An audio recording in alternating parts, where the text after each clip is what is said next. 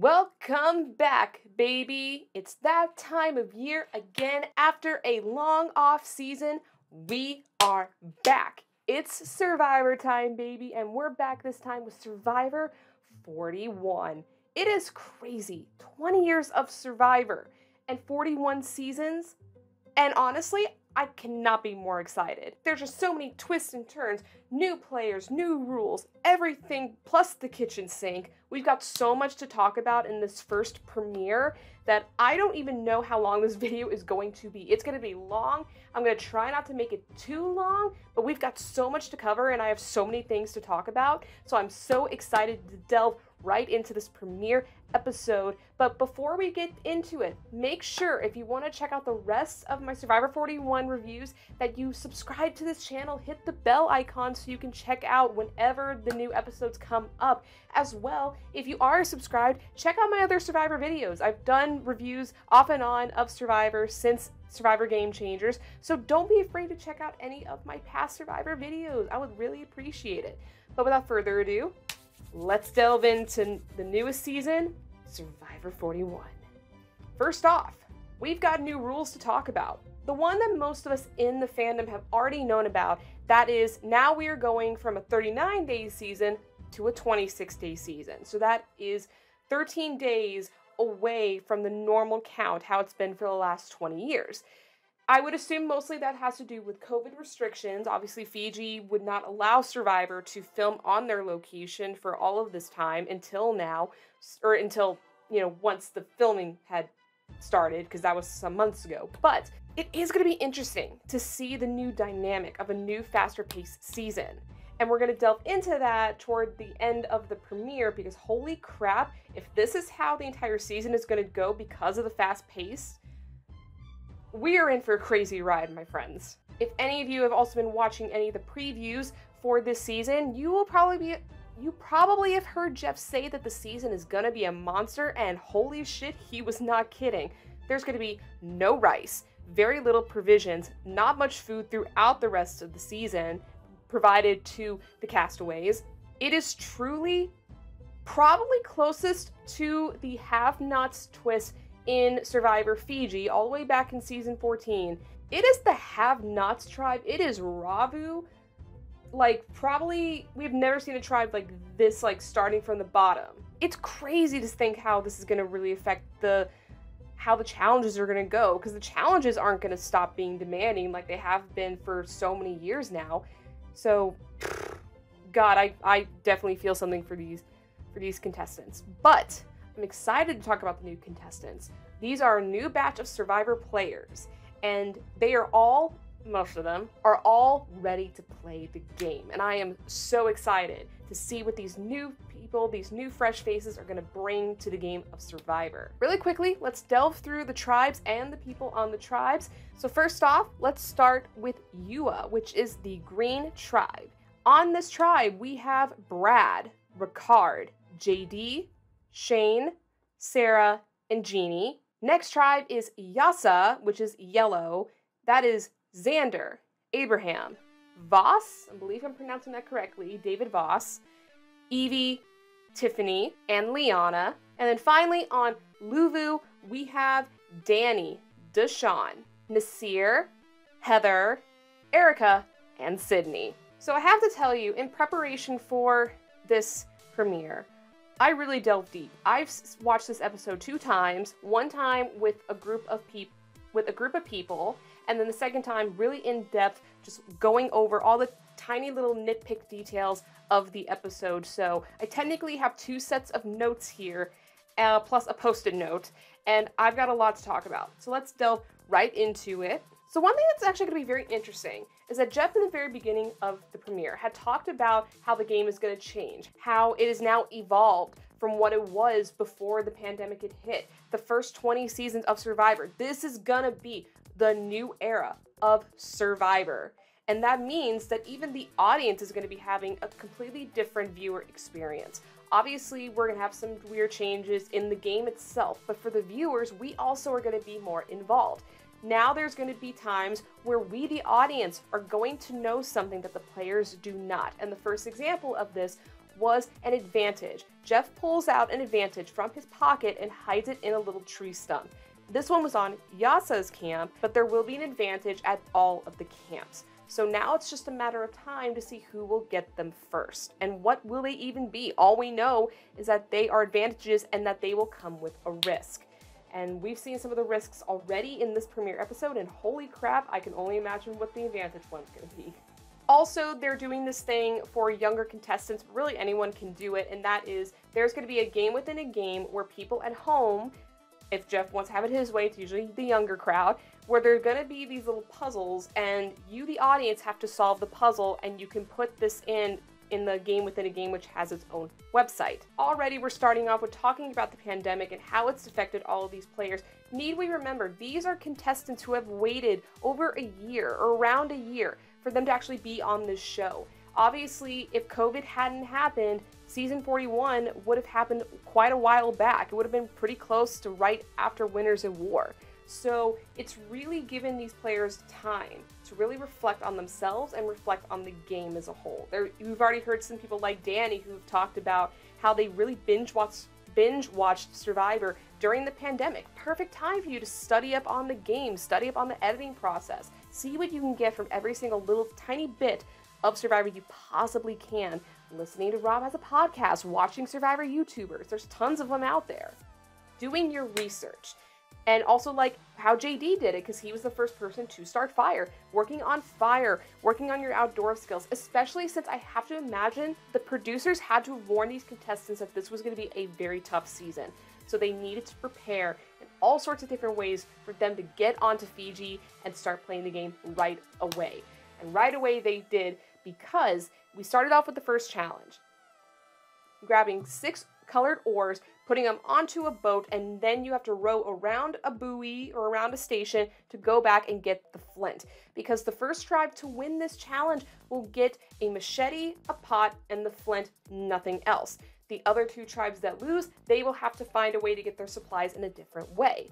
And we then saw Yua win the flint, and then, holy crap, we're having a lot of tiny mistakes in challenges. I'll talk about another one when we get to the immunity challenge, but not only did Luvu not unclip their boat completely before they started taking off, so they couldn't move at all, they were dragging an anchor, but, oh, poor Yasa, poor Yasa. This episode was not kind to Yasa and challenges, because they couldn't even find their 6th oar. It was hidden pretty well in this kind of fringy area, and they didn't even find it until Liana found it right after Yua had already won. So we're having a lot of tiny mistakes in challenges, and I don't know if that's just because of the overexuberance of being on Survivor, being a chance to be part of this amazing experience.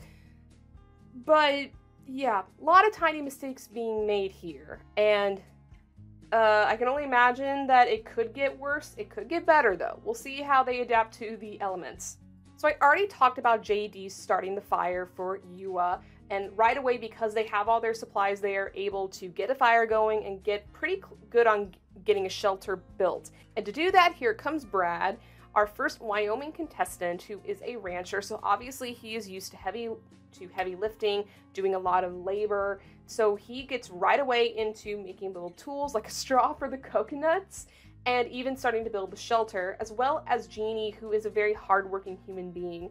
One of the things I really like about Yua is that I basically think that this, with the exception of Evie, this is the team queer, team rainbow tribe, because you have Jeannie, who identifies in LGBTQ+, as well as Ricard, and they both get their own segments where they talk about their sexual status, what does that mean for them, and how has it affected their lives. And obviously Jeannie has a very loving family and a loving wife, and then so does Ricard. He has his husband, who is pregnant since he's transgender, and they have their own little daughter. And I really love the new diversity initiative for CBS has really come through here, where not only are we having, race diversity, we are also having, sexual orientation diversity, all sorts of different walks of life, all types of ages. And it's really going to I feel like it's just going to really make this season feel so grounded and feel so real for those of us who are watching. And I'm very excited to delve more into their stories. I will say, though, I am very happy that the stories have really come through this season. We obviously had a 2-hour premiere episode, so we had a lot of time to really get to know these players, some of them, and really delve into what are they about? How are they going to play the game? How is their real life going to affect them while they're in Survivor? So I'm excited and I'm hopeful that the editors are going to do just as good of a job as they did in the premiere episode to make sure we get as many different types of stories and perspectives as possible. So moving on to now the next opportunity for our losing tribes to get their supplies. So they have the choice. Are you going to be savvy or are you going to sweat? The savvy portion was you had 4 hours as a group to solve a triangle puzzle. It's something that most of us have done in contemporary math. I know I had to do it.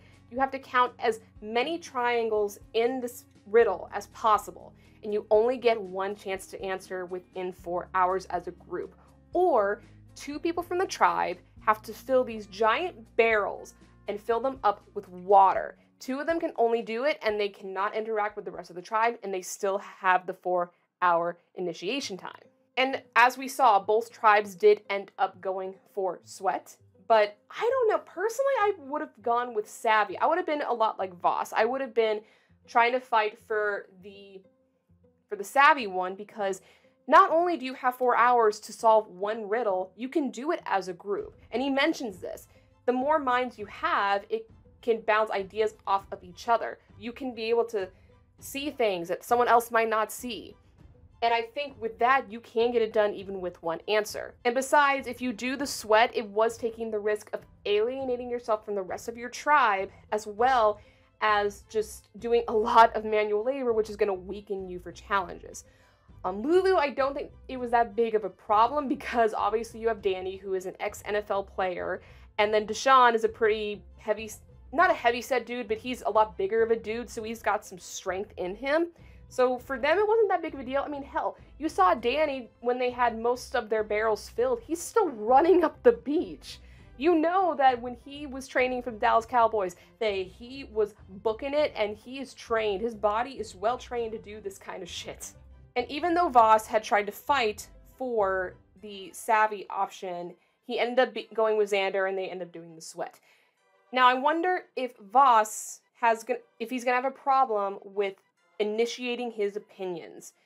Being that he's a neurosurgeon, as we've seen in past seasons, usually doctors or people involved in the medical field, they do tend to have a bit of an ego about them. Look no further than Peter and Tarzan from past seasons. So I wonder if he's going to fall into that archetype in Survivor of the medical professional, or if he's going to change that up a bit, because he's kind of fallen back a bit on his decision making, which can really hurt him as time goes on, but we'll wait and see on that. And now we're going to go back to Lulu. Because why? For the love of God, Danny and Deshaun, why in the hell would you look for the immunity idol on day 1?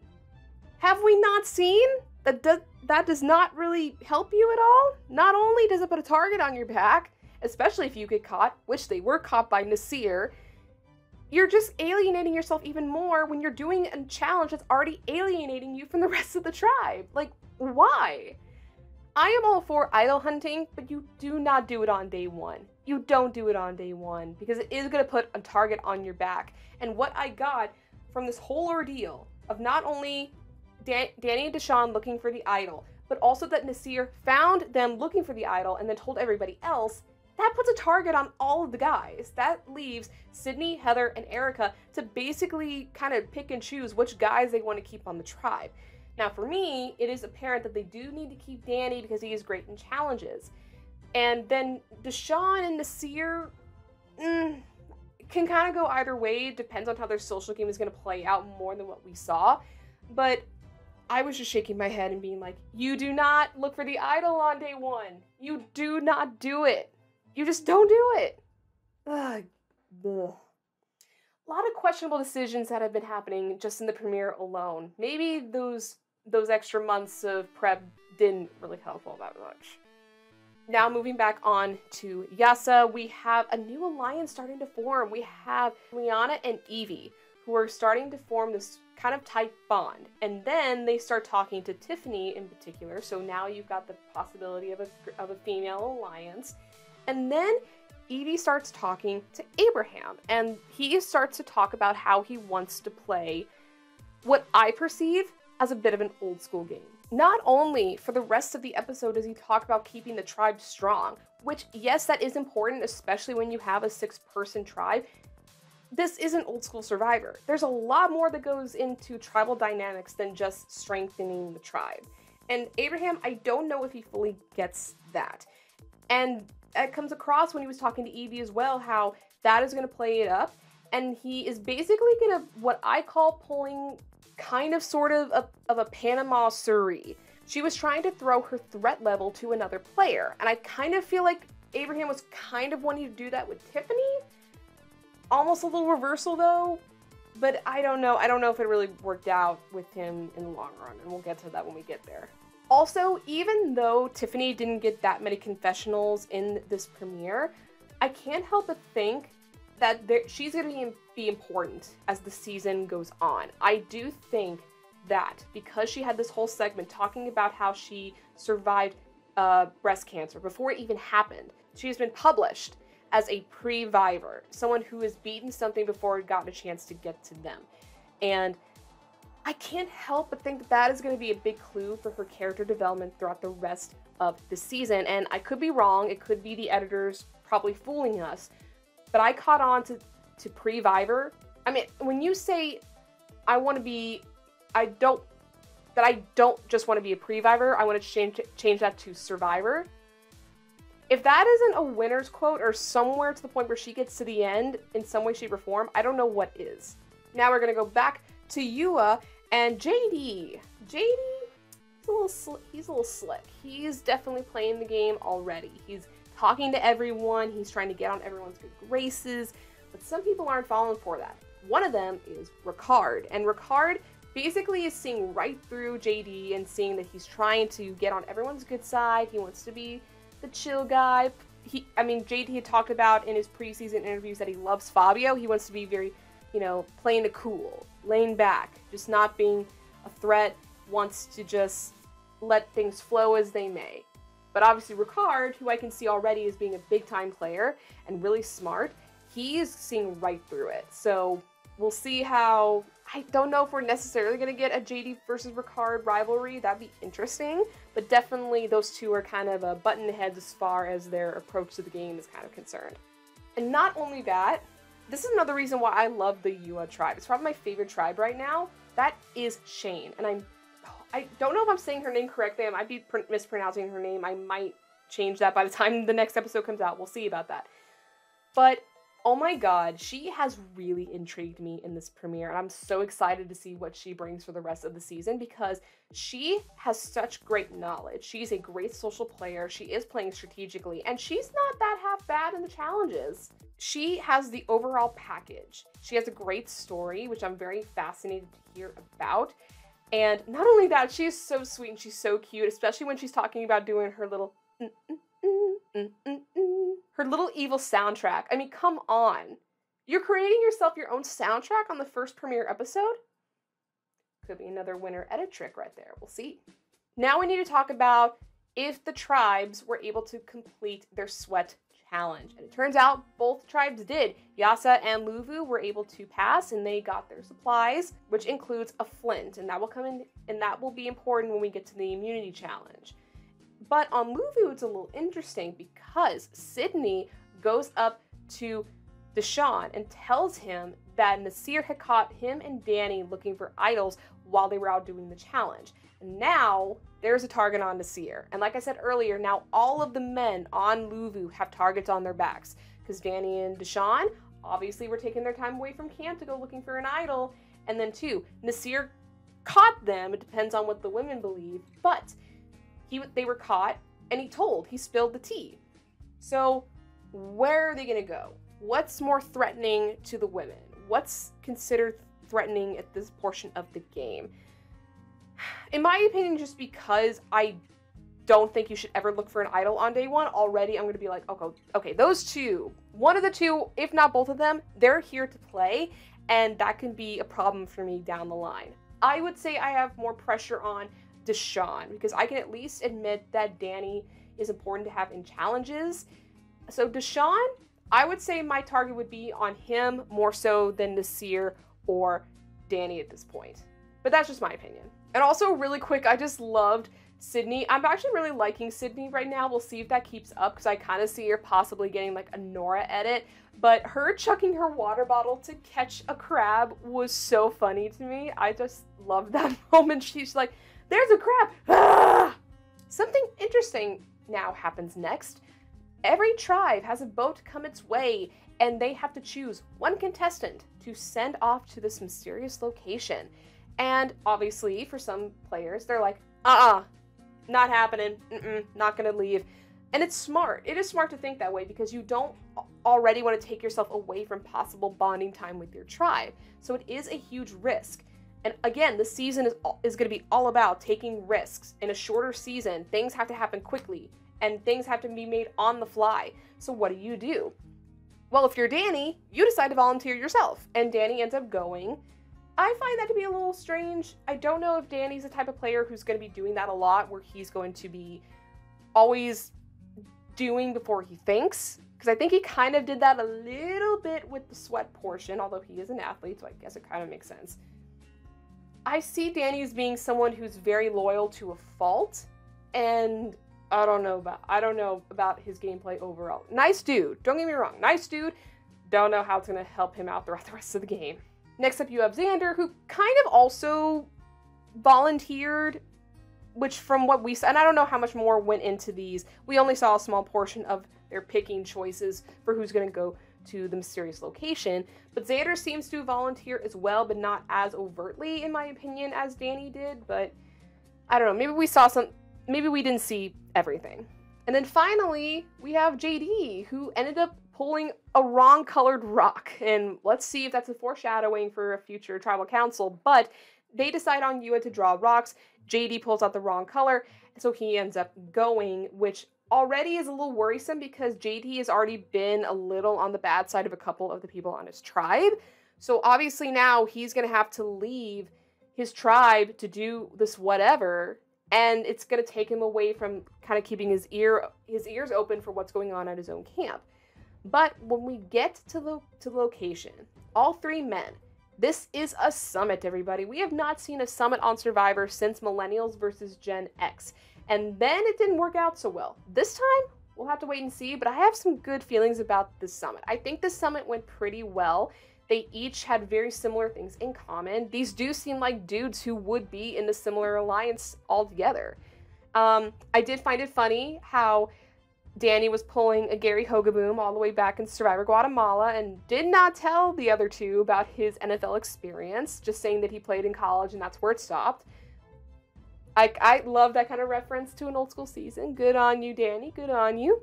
And then also you have JD who had his own moment where he talked about his upbringing and what the show meant to him. Giving a little shout out to Ozzy and Woo. Here's the thing, you can like Ozzy, you can like Woo, you can like Fabio.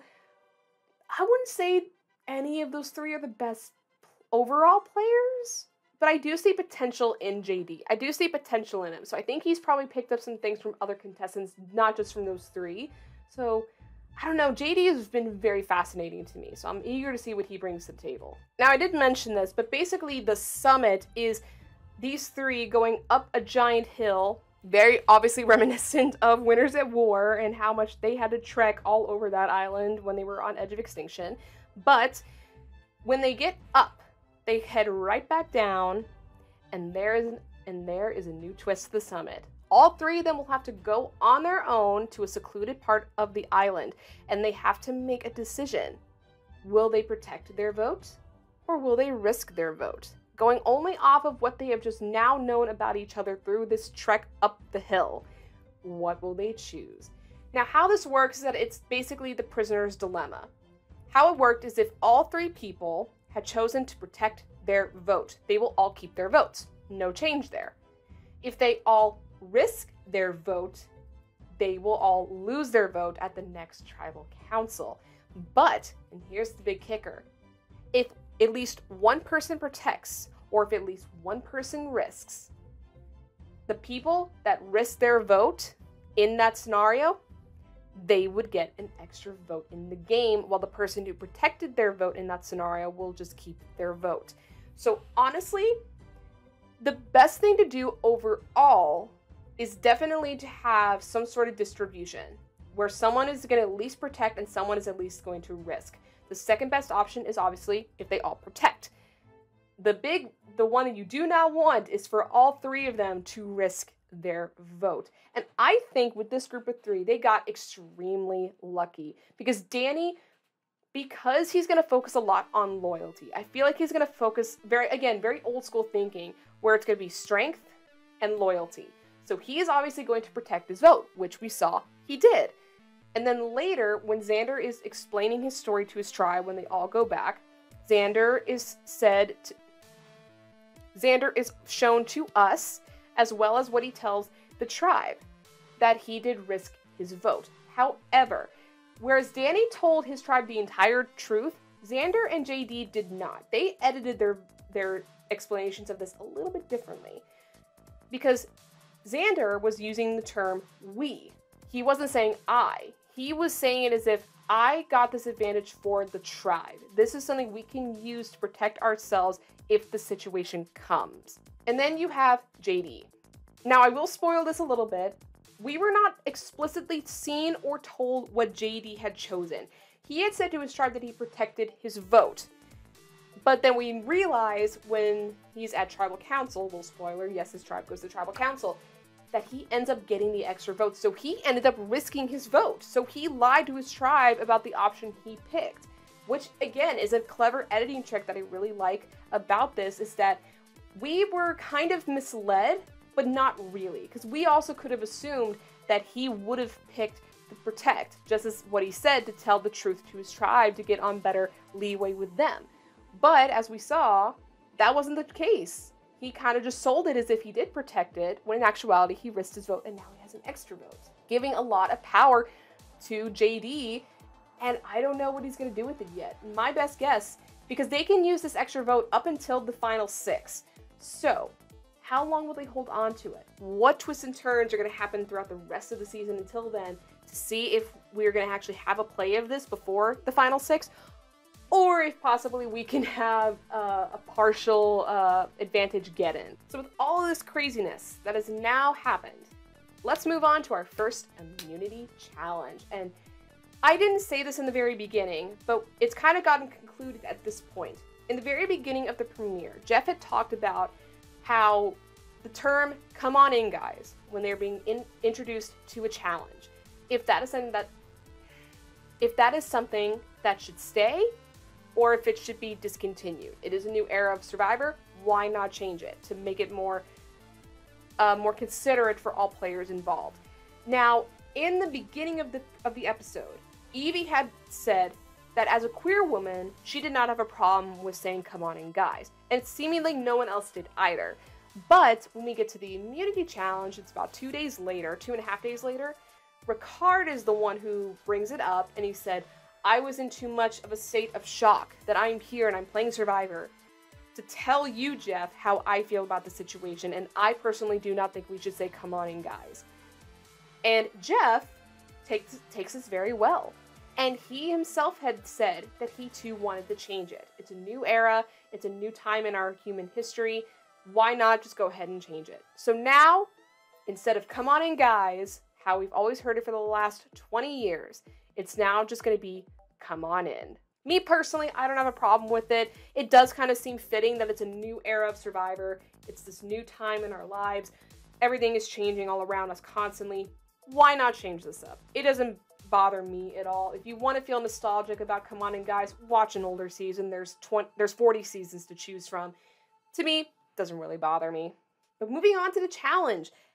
Wow. Hard challenge on the first one, and it was definitely taking its toll on everyone involved, but everyone was digging deep. They were going at it, probably so much so that Luvu yet again made a small mistake, and they did not prop one of their sandbags on the platform the correct way, so they had to go back, fix the bag, and then go all the way back to push the cart up the ramp with their puzzle pieces. But somehow, because of the other two tribes that were kind of lagging behind in whatever circumstance, they came back and they won. they came from behind and they finally won, which I did not expect at all. And honestly, that was probably the tribal I wanted to see the most of out of the 3, but they did end up winning. But here's the kicker. They won, and because of that, Yua and Yasa will both go to tribal council, and they both will also have to forfeit their flints, and they will not get their flints back until the next immunity challenge, which is about, what, another 2 days? JD, I hope you practice making a fire without some flint, because that's tough. That is extremely, extremely tough. So there's another twist in the game, and this one is the shot in the dark die. Basically what this is going to do is that if you go to tribal and you don't feel like your vote really matters, or if you don't have an idol or an advantage, but you want to have a shot to stay in the game, well, you can give up your vote and then roll some dice and get a 17% chance of winning a chance to be safe.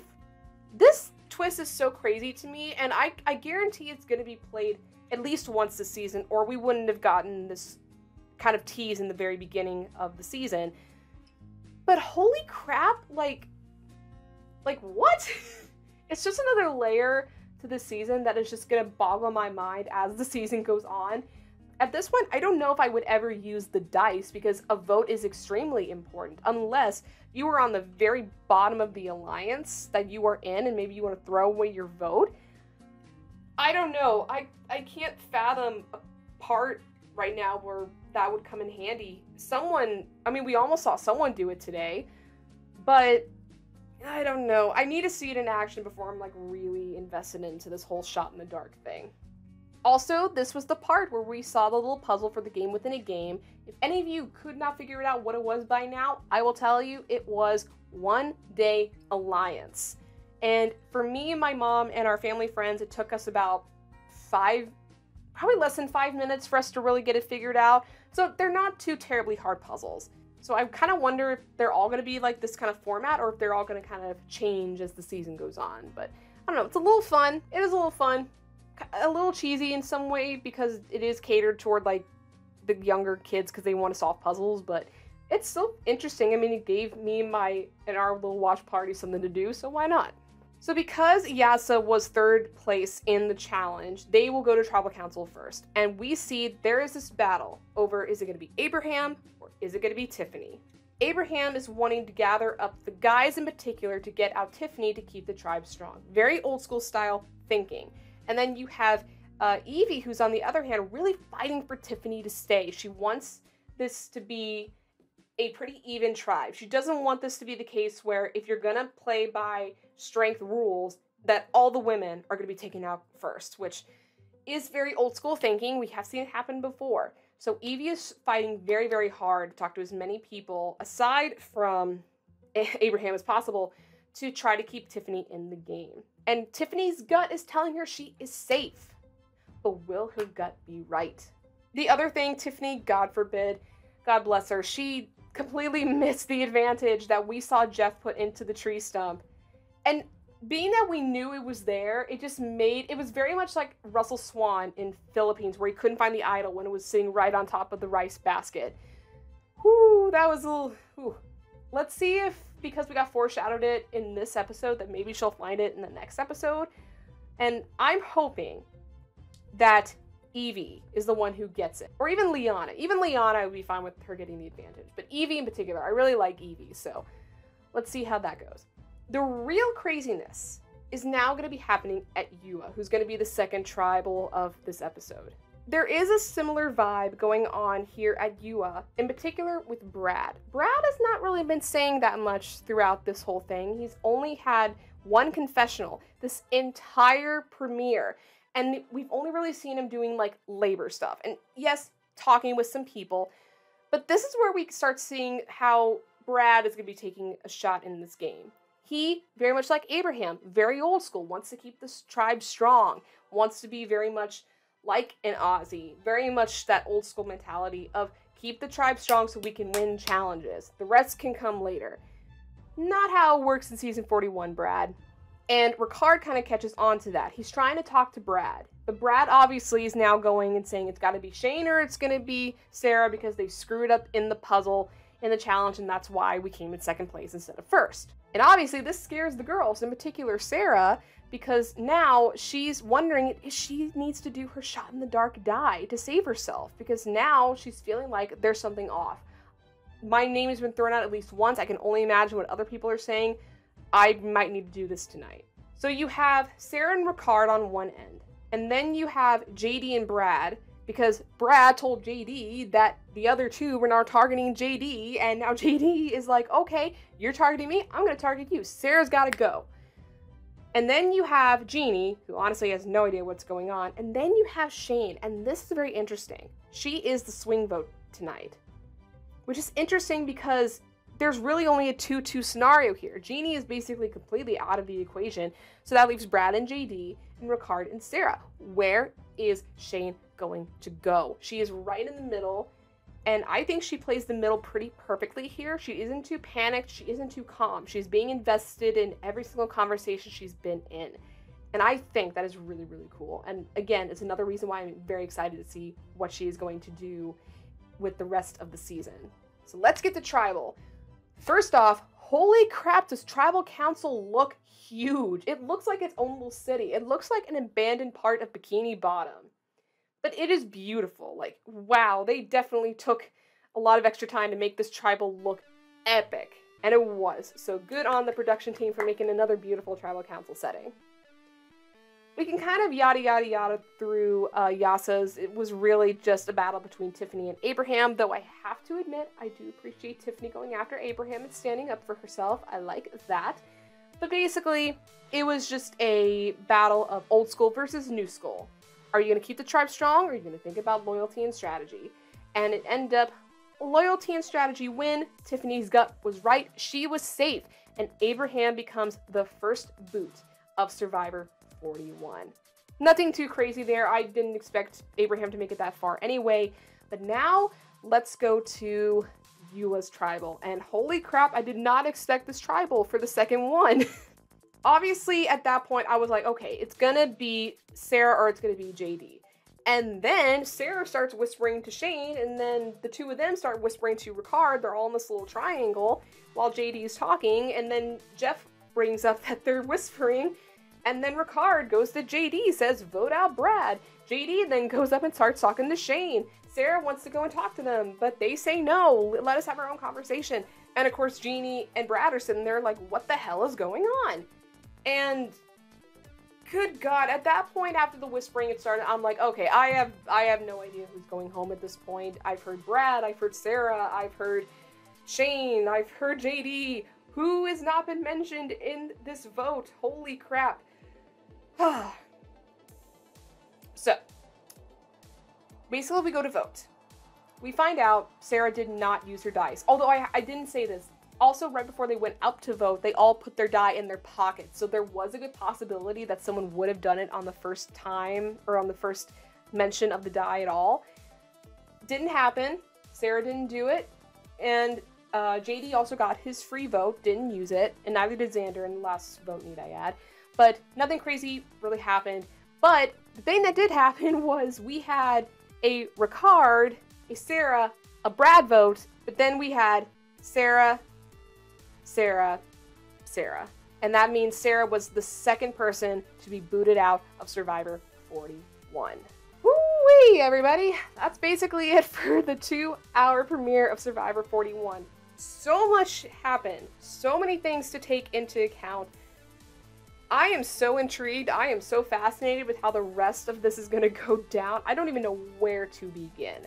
But I do want to talk about who I think is in the running to possibly win the game. So I actually did a little bit more in-depth watching than I tend to do, and I have a post-it note right here of all of the confessionals that were shown in the premiere episode. And wow, some of them are a little telling, and I think this is going to show who's going to be very important to the story. Obviously, things can change. The editors sometimes like to have fun on certain seasons with how their winners are portrayed, but the person with the most confessionals was JD, and by my count, he had about 14 confessionals in the first 2 episodes, technically, alone. And then you had Evie, who came in with 9, Then you had Shane, who came in at around the eight confessional mark, not too bad.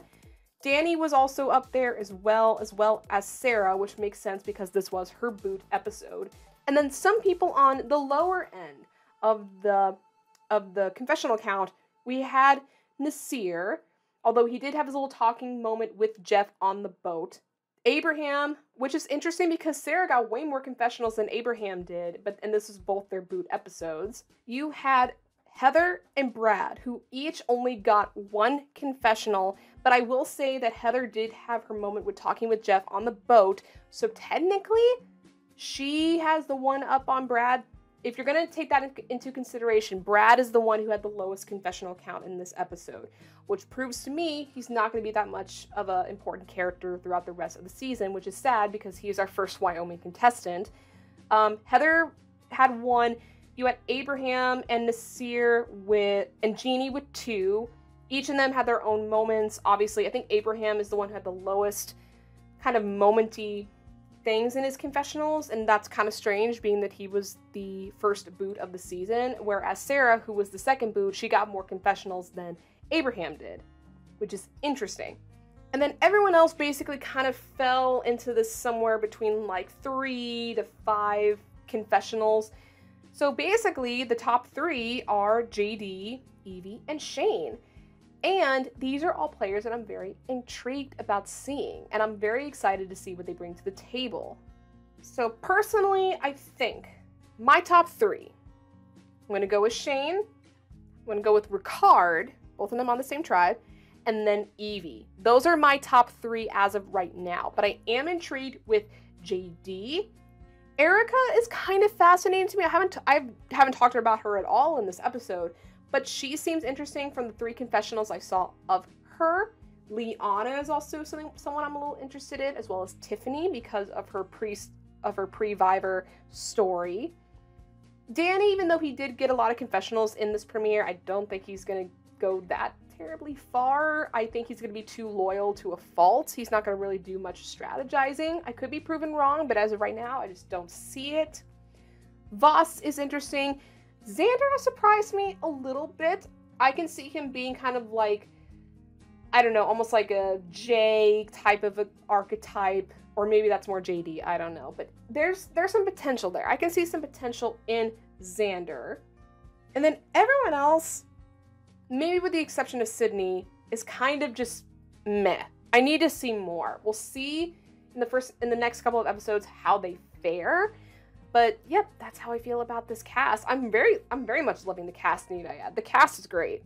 And then finally, I did want to give a shout out to some of these cool editing tricks. First off, we are being shown sneak peeks of twists in the beginning of the episode, which we saw right before everyone got onto the boat. We saw a sneak peek of the dice. We saw one with the smuffer, whatever the hell you want to call it. So there is a lot of foreshadowing that's going to be happening in episodes, which I'm intrigued by. Also, very old school Survivor editing, both in challenges and throughout the season, because there's a lot of like interlayering of people's faces on certain shots. You have a lot of slow-mo shots in challenges, which is very reminiscent of old school Survivor. I just actually recently watched Survivor Africa, and looking at that and looking at Survivor 41 now in retrospect, there's a lot of similarities in some of the challenge editing processes, and I love it.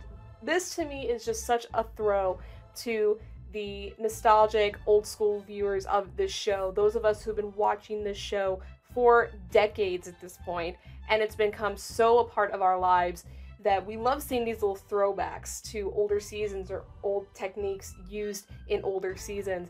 I just love that, and I don't know how much of it is going to really play into how the rest of the season is going to go, but I hope they're going to keep doing these editing tricks because I find them fascinating, not just from a production standpoint, because I have some history with obviously film editing and just film in general, but also just as a fan of this show, I want to see more of these little fun editing tricks that are more of a throw to the old school audience, because that way we get something to have fun about and we get to study it a little bit more in depth as well. Like, I can't wait to see some of the analysis from other Survivor YouTubers and Survivor podcasters as well.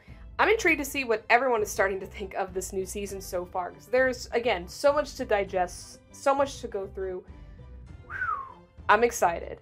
So do not forget, I will be uploading weekly reviews of Survivor 41, so make sure that you hit the subscribe button, hit the bell icon so you can always know when they're about to come out. Check out my other Survivor videos as well if you haven't already. And don't forget to also leave the comments down below of what you think about the new season. What are you excited about? What has stumped you? What has you the most fascinated and intrigued? I would love to read those comments. And until the next review next week, guys, bye! Mwah!